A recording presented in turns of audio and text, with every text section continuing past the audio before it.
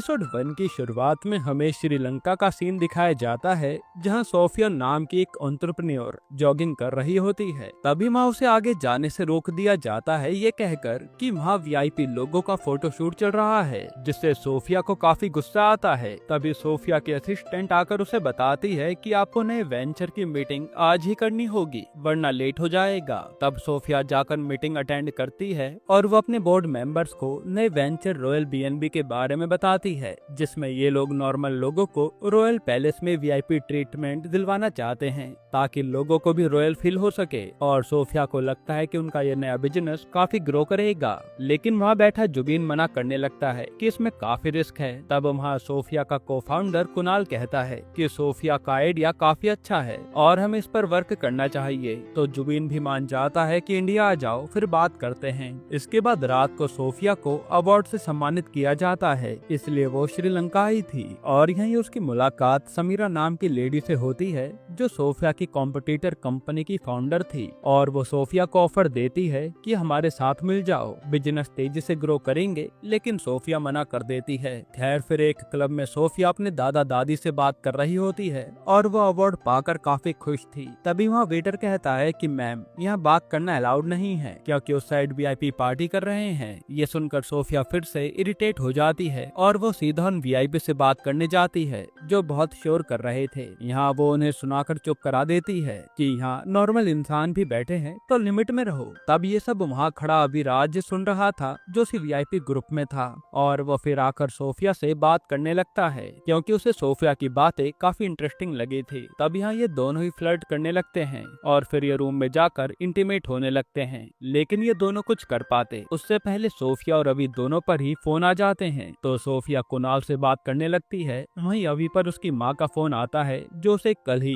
मोरपुर आने के लिए कह रही थी, जिस पर अभी भी मान जाता है। फिर जब ये दोनों दोबारा इंटीमेट होने जाते हैं, तो किसी बात को लेकर सोफिया अभी को वीआईपी होने का ताना मारती है और कहती है कि शायद ये सब तुम्हें तुम्हारे पापा के कारण मिल रहा है। इस पर अभी भी भड़क जाता है और इन दोनों में लड़ाई हो जाती है। तब अभी गुस्से में वहाँ से चला जाता है। इसके बाद हम मोरपुर इंडिया का सीन देखते हैं, जहाँ पैलेस में आज एक मीटिंग रखी गई थी। असल में इस महल के महाराज को मरे हुए 6 महीने हो गए हैं और उनकी वसीयत आज पढ़ी जा रही है। तभी वहाँ अभी आता है और हमें पता चलता है कि अभी इस महल का राजकुमार है। उसका एक भाई है दिग्विजय और एक बहन है जिनी। यहाँ अभी की माँ पद्मजा उसे लेट आने पर डांटती हैं, लेकिन वहाँ माँ जी जो इनकी दादी थी, वो आकर उसे रोक देती हैं। फिर यहाँ वसीयत पढ़ी जाती है, जिसमें हर किसी को कुछ न कुछ मिला था, लेकिन मोरपुर का महल अभी के नाम पर था, ताकि वो इसे ग्रो कर सके। ये सुनकर दिग्विजय शॉक्ड हो जाता है, क्योंकि ये महल वही संभालते आया है और अभी तो कई सालों से न्यूयॉर्क में था।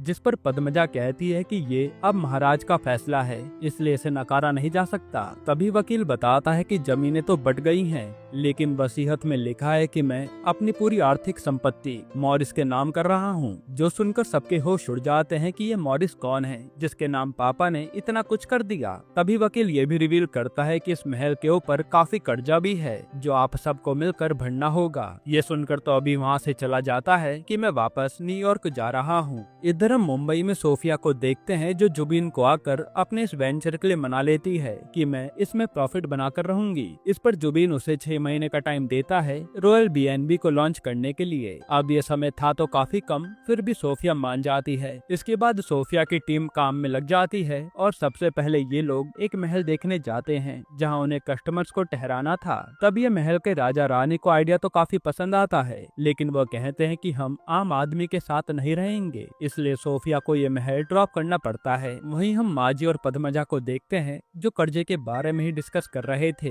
कि महल के अलावा अपने पास कुछ भी नहीं है और अब ये कर्जा कैसे भरेंगे। साथ ही माजी अपनी बहू से कहती है कि तुम बूढ़ी नहीं हुई हो, तो अपनी लाइफ अभी एंजॉय करना मत छोड़ना। इधर हम दिग्विजय को देखते हैं, जो कुकिंग कर रहा होता है और हमें पता चलता है कि दिग्विजय को कुकिंग करने का काफी शौक है, लेकिन एक राजकुमार होने के नाते वो ये सब दुनिया को नहीं दिखाता। अब अगले दिन दिग्विजय अपने हाथ से बनी डिश सबको खिलाता है, ये कहकर कि ये नए कुक ने बनाई है, जो सबको काफी पसंद भी आती है। फिर दिग्विजय अभी से कहता है कि मेरे पास एक ऑफर आया है, उससे हम काफी अच्छा पैसा कमा सकते हैं। जो सुनते ही अभी तुरंत मान जाता है कि हाँ उन्हें बुला लो। अब यहाँ सोफिया और कुणाल ही आते हैं क्योंकि उन्होंने ही दिग्विजय को महल का ऑफर भेजा था। तब सोफिया आकर पूरे महल को देखने लगती है जो उसे काफी पसंद आता है। हालांकि पुराना होने के कारण महल कई कई जगह से टूट रखा था। फिर वहाँ दिग्विजय आकर मिलता है और कहता है कि मैंने आपका ऑफर पढ़ लिया है और हम तैयार हैं। लेकिन तभी वहाँ अभी आता है जिसे सोफिया देखते ही रह जाती है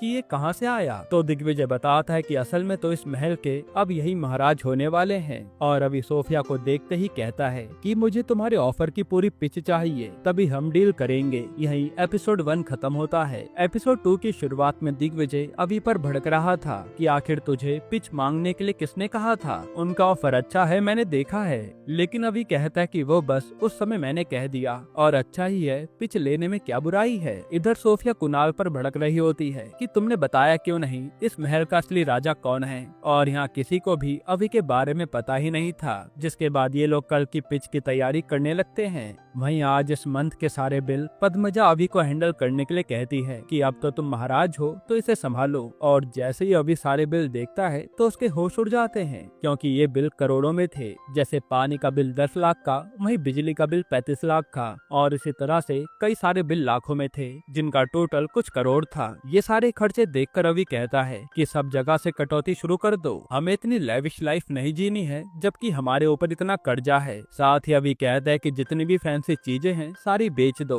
और स्टाफ भी कम कर दो। तब दिग्विजय शुरुआत अभी की कार से ही करता है। फिर अगले दिन अभी के न्यूयॉर्क से कुछ दोस्त आए होते हैं तो अभी को उन्हें कार से लेने जाना पड़ता है। जिसके बाद अभी से मिलने सोफिया आती है और पिच के बारे में पूछती है कि बताइए आपको कब चाहिए। इस पर अभी कहता है कि आज तो मैं बिजी हूँ इसलिए आप पिच कल दे देना। लेकिन सोफिया को ये तो समझ आ गया था कि अभी के महल की फाइनेंशियल कंडीशन ज्यादा ठीक नहीं है, इसलिए वो उसे ऑफर एक्सेप्ट करने के लिए कहती है। पर अभी कहता है कि पिच के बाद ही देखेंगे। वहीं हम देखते हैं कि अभी ने अपनी कार से लेकर अपनी माँ की फैंसी पेंटिंग और उनके कुछ गहने भी बिकवा दिए थे जिससे पद्मजा उदास थी। वहीं इनके मैनेजर गिरधारी ने कई लोगों को नौकरी से निकाल दिया था जो सोफिया देख लेती है। फिर वो आकर गिरधारी से उन लोगों की कंडीशन के बारे में भी जान लेती है। अब इसके बाद यहाँ अभी के दोस्तों के लिए पार्टी रखी गई थी तो वहाँ सोफिया का ग्रुप भी आता है। तभी थोड़ी देर में वहाँ सोफिया की कंप्यूटर कंपनी के फाउंडर समीरा भी आ जाती है जिसे देखकर सोफिया हैरान थी। इसके बाद जब सब साथ में डिनर कर रहे होते हैं तो सोफिया आज पद्मजा को इम्प्रेस करने के लिए एक महंगी पेंटिंग गिफ्ट करती है जो उसे काफी पसंद आती है। फिर यहाँ बातों के दौरान ही समीरा बताती है कि मुझे अभी ने इनवाइट किया है, जिस पर अभी कहता है कि कल आप दोनों ही हमें पिच करिए, जिसका ऑफर अच्छा होगा उसके साथ हम डील कर लेंगे। जो सुनकर सोफिया को अच्छा नहीं लगता और वो दिग्विजय को बुलाकर खूब सुनाती है कि मैं यहाँ पर बेइज्जती कराने नहीं आई हूँ, इसलिए तुम अपने भाई को समझाओ। तब दिग्विजय अभी और जीनी को जाकर समझाता है कि उन लोगों की फाइनेंशियल कंडीशन ठीक नहीं है और उन्हें पैसों की कितनी जरूरत है, जिस पर अभी भी मान जाता है कि जैसा ठीक लगे वैसा करो। इसके बाद अभी जाकर अपनी फॉरेन गर्लफ्रेंड के साथ इंटीमेट होने वाला होता है। तभी माँ गिरधारी आकर अभी को बताता है कि आपकी माँ बुला रही हैं। तब यहाँ पद्मजा अभी से कहती है कि तुम उस लड़की के साथ ऐसे कहीं भी कुछ नहीं कर सकते, अगर तुम्हें वो पसंद है तो शादी कर लो। लेकिन अभी कहता है कि हम सिचुएशनशिप में हैं और कुछ नहीं, जिस पर पद्मजा की दोस्त बताती है कि इसमें लड़ाई छोड़कर सब कुछ होता है। वही कुणाल ने सोफिया को मना लिया था पिच करने के लिए। जिसके बाद ये दोनों लोग आकर पिच करते हैं जहाँ समीरा का कहना था कि आप लोगों को हम काफी अच्छा पैसा देंगे, लेकिन आपको ये महल छोड़कर कहीं और रहना होगा क्योंकि हम इसे रेंट पर ले रहे हैं, जो आइडिया किसी को पसंद नहीं आता। वहीं सोफिया का ऑफर था कि आप सबको इसी महल में रहना होगा कॉमन मैन के साथ और उसके बदले हम आपको अच्छे पैसे देंगे, जिसके लिए सब लोग मान जाते हैं। फिर रात को अवी ने एक पार्टी रखी होती है क्योंकि वो कल मॉर्निंग में न्यूयॉर्क चला जाएगा, क्योंकि अब महल में पैसों की दिक्कत नहीं होने वाली, इसलिए सब लोग यहाँ पार्टी कर रहे होते हैं और दिग्विजय भी खुश था कि अब वो इकलौता महल का महाराजा बन के रहेगा। फिर पार्टी में अभी सोफिया को भी डांस के लिए बुलाता है और ये दोनों खूब एंजॉय करते हैं। वहीं हम सोफिया के ग्रुप की मेंबर निकी और जिनी को साथ में देखते हैं जो उससे फ्लर्ट कर रही थी। यहाँ सोफिया भी अभी से पूछती है कि तुम न्यूयॉर्क क्यों जा रहे हो, वैसे यहाँ जिम्मेदारियां भी बहुत है ना।